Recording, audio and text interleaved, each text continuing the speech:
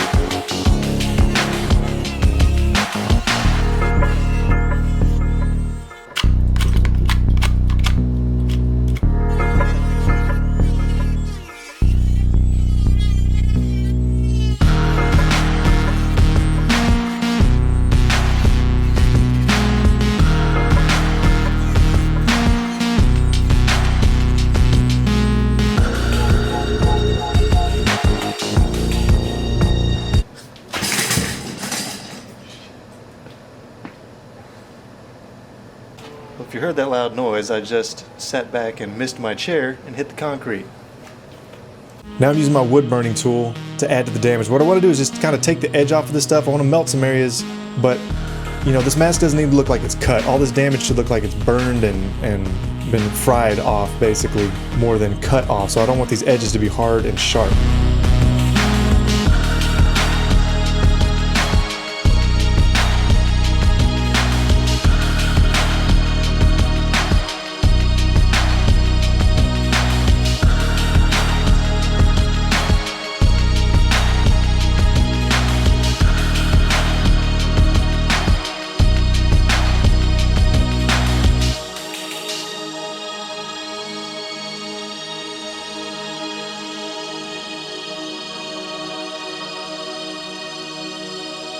This part's fun too, just don't breathe in the fumes. But this is also another tool that I love using on my masks, so if you get yourself a wood burner, you're gonna do some really cool stuff with your mask with it. Highly recommend this as well.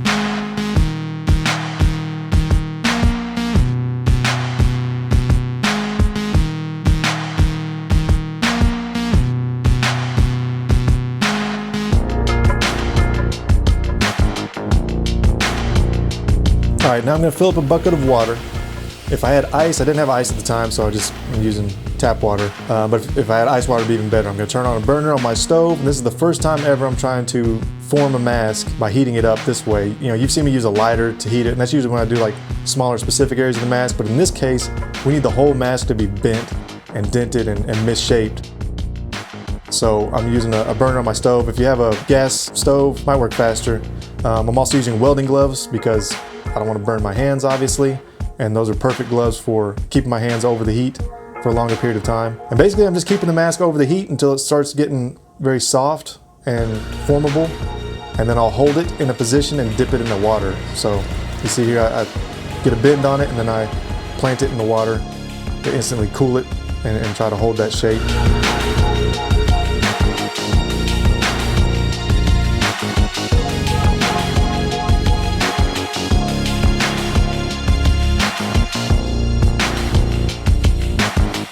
But yeah, just keep on pressing on the plastic as it's heating up. You know, you don't want to go too far because you could cross that line of ruining your mask by melting it, you know, going too hard with it.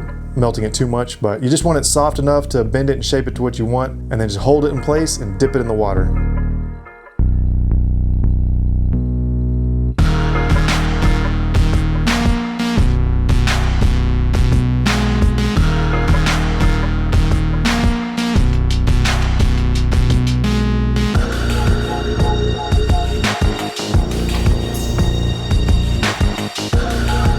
See, so there we go. Got a nice, oddly shaped mask, very warped. All right, this is kind of tough to film properly. Hopefully you'll be able to see what's going on, but I've got a fan here blowing directly on the mask because I'll be applying E6000 adhesive to create the burn areas of the mask, but I want this to dry quickly as I'm applying the effect.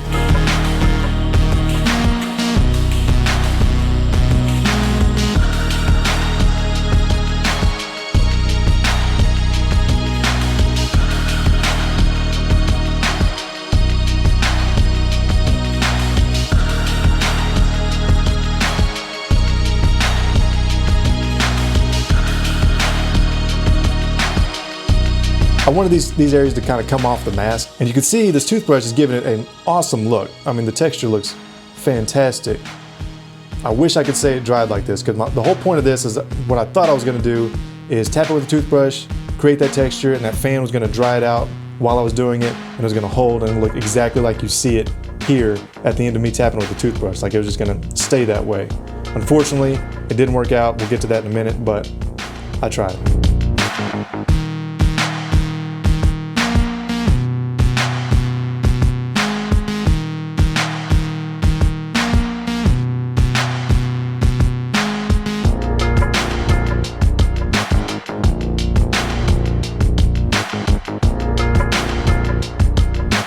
I usually don't mention these at all, but I just cut off stems from balloons. Go get yourself some small balloons and cut off the stems and cover your snaps. It helps a lot. If you don't cover the snaps, you're gonna have paint and clear gloss and stuff at the end of the mask that you have to just scrape off with a knife, which isn't a big deal, but if you just wanna save yourself that time, put these over your snaps while you're painting.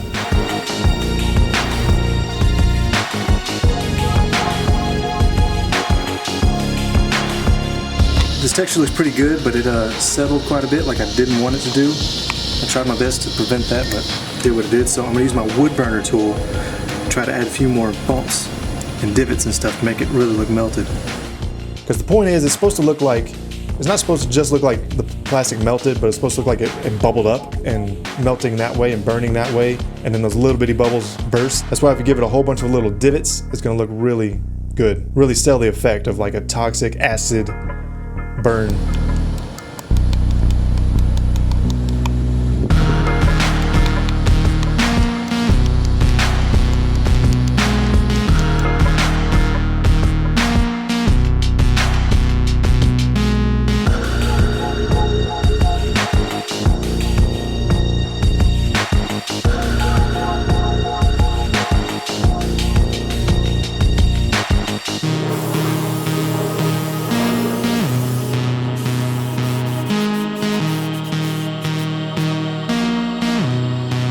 Now I'm spraying black on the back.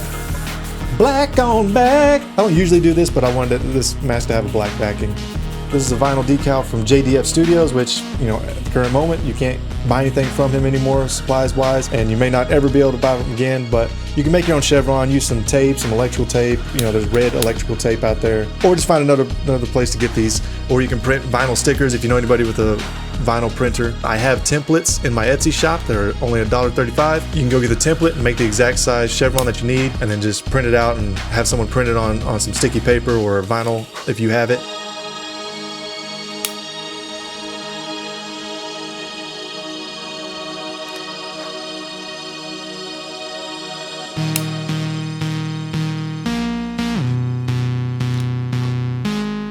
Now, obviously I burned the chevron, and what I didn't think about was having to peel that back off the paper that was on the back of it, that it got seared to, so that was stupid of me. But I eventually got it off, and I ended up tearing the side of the chevron. You can see there, the right side as you're facing it, accidentally tore off the side. It broke off because it was burned and tore off when I was trying to separate from the paper, but it was a happy accident. The good thing about these masks is that when you accidentally create damage, usually it just adds to the effect even more.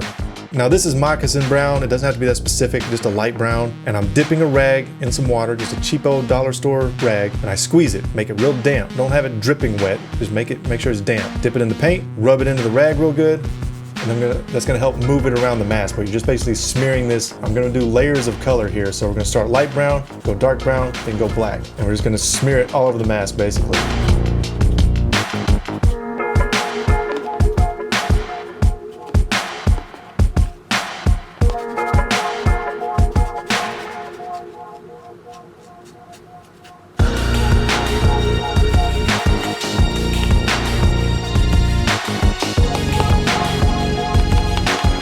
Now we're going to go to burnt umber, which also doesn't have to be specific, just a dark brown. And the same thing, put it in the rag, rub it in real good because you don't want it to just glob on. And then I'm going to put the dark brown only in the burned areas, make those burned areas pop now.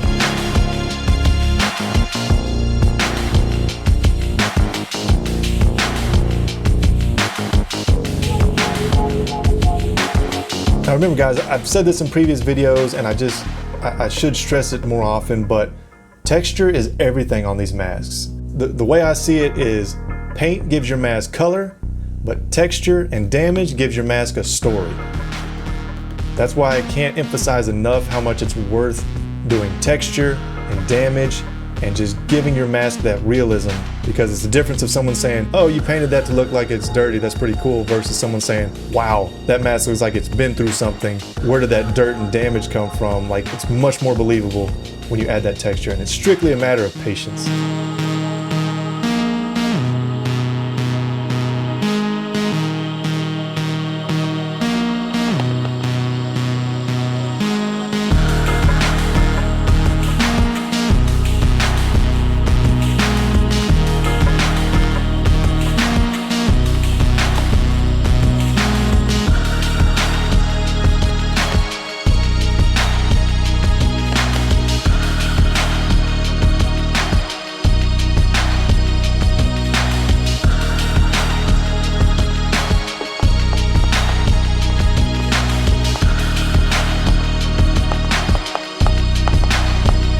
All right, so now I'm gonna brush on some more brown because that rag is having a tough time really covering the burned areas with all that texture and stuff. The rag wasn't really getting in there and all the divots and stuff like that. So now I'm just going over with the brush so I can get better coverage with the dark brown.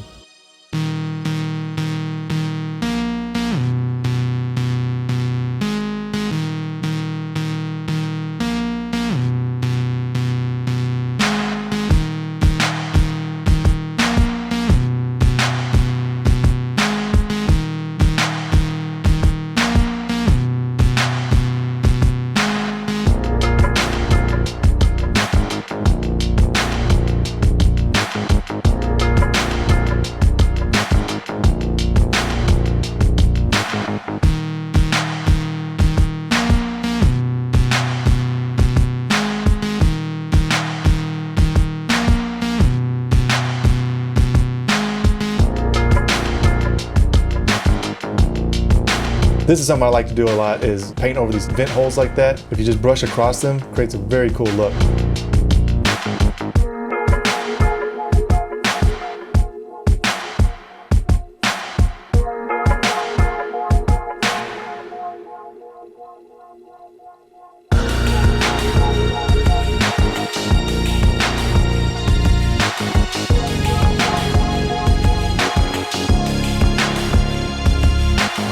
This is what I mean by a brushed out brush when I've done it in previous videos. I basically put paint on a brush, brush it up against a rag to get the bulk of the paint out. And then that way I can gradually apply it. So I'm just swiping the brush rapidly across the area and slowly pushing down more and more so I can choose, how heavy the paint is in certain areas. If I just dipped the brush in paint and then went to painting, it would just throw on a heavy layer of black and I wouldn't be able to really control that.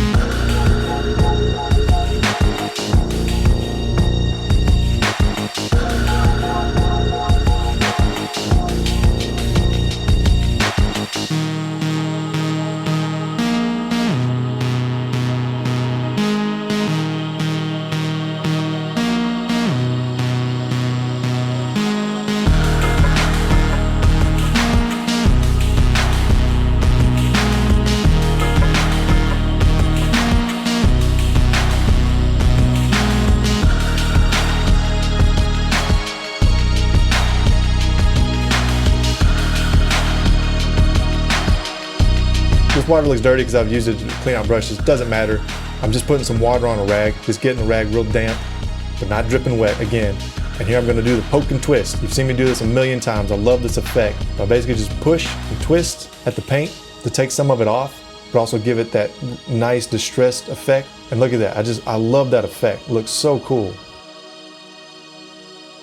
Because remember, when you put dirt and grime on a mask, dirt and grime happens in between more damage and things that the mask is going through. So don't just apply your dirt and grime and then stop there, because if this mask was really used and really going through some stuff, that dirt and grime happens, then more action takes place, and some of that dirt and grime gets scraped off and smudged and wet. The real sell of the effect is layering. Layering color and layering texture and damage.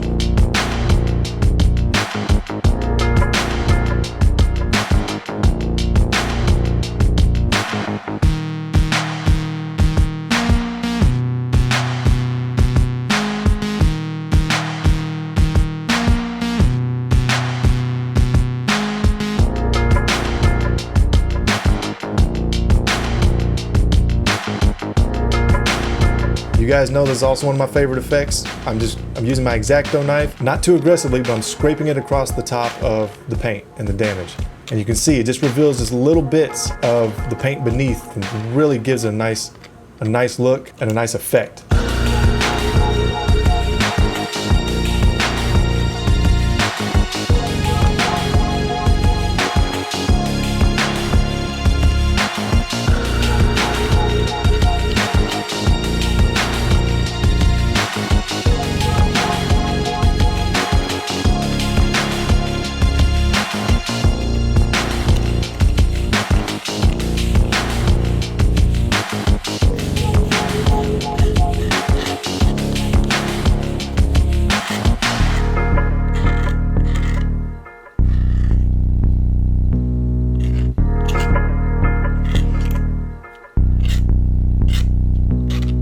Now here you're witnessing for the first time me doing anything with the straps. Usually I leave the straps alone, but in this case something had to be done. I'm cutting off the ends because these straps got melted and burned off, and in the frame I saw it looked like the strap that's on the left side of the mask was a little bit longer, and I'm gonna guess the two up top were shorter. Just kind of making up my own idea here on these things.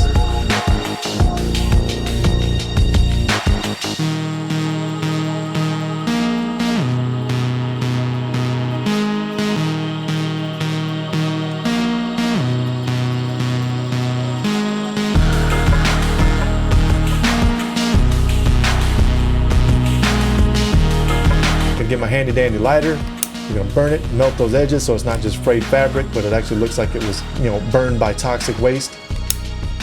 Just lighten it up briefly and blowing it out. It smells terrible. I should have done this part outside, but I didn't. Do not breathe these fumes. Be very careful when working with fire. I can't stress that enough.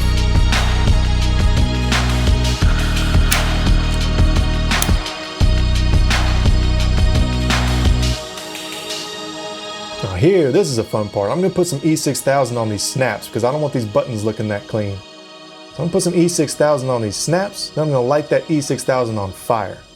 That's gonna give me something to create a charred effect on top of the snaps, as well as leave a little bit of what looks kind of like toxic sludge type of stuff on the buttons.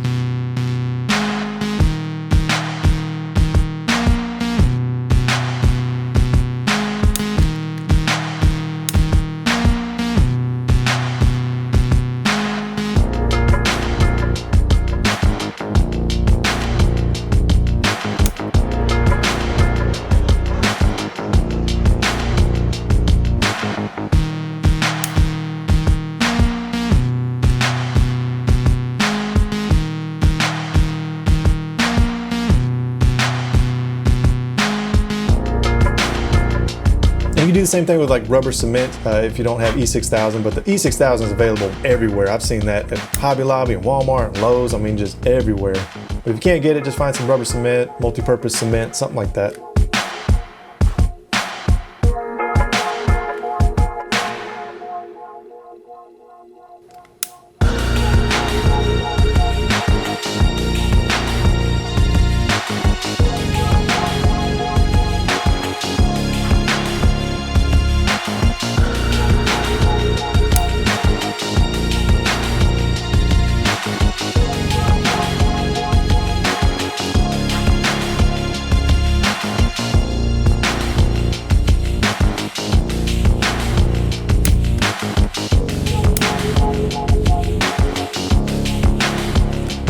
Look at that. Woo. That's a nice little cook right there.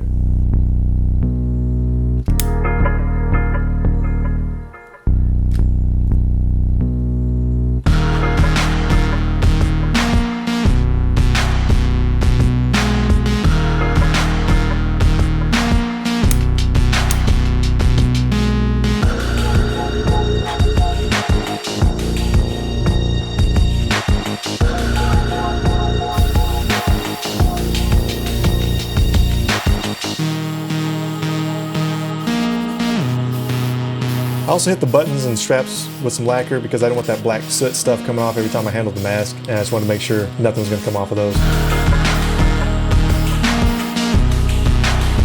Here's something that I've only touched on in a couple videos, but I do it on every single mask. I just don't mention it because it's really not a must.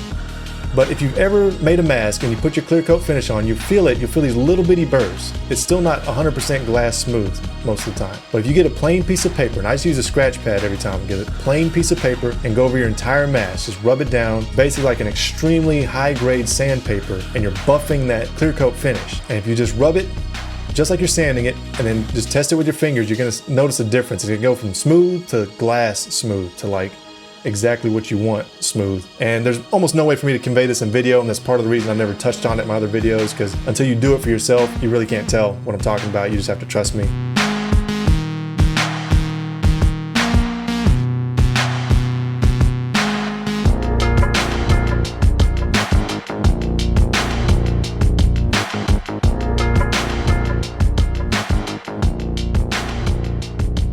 Gonna put our snaps back on. Look at that. Man, those buttons look good. They look so toasted.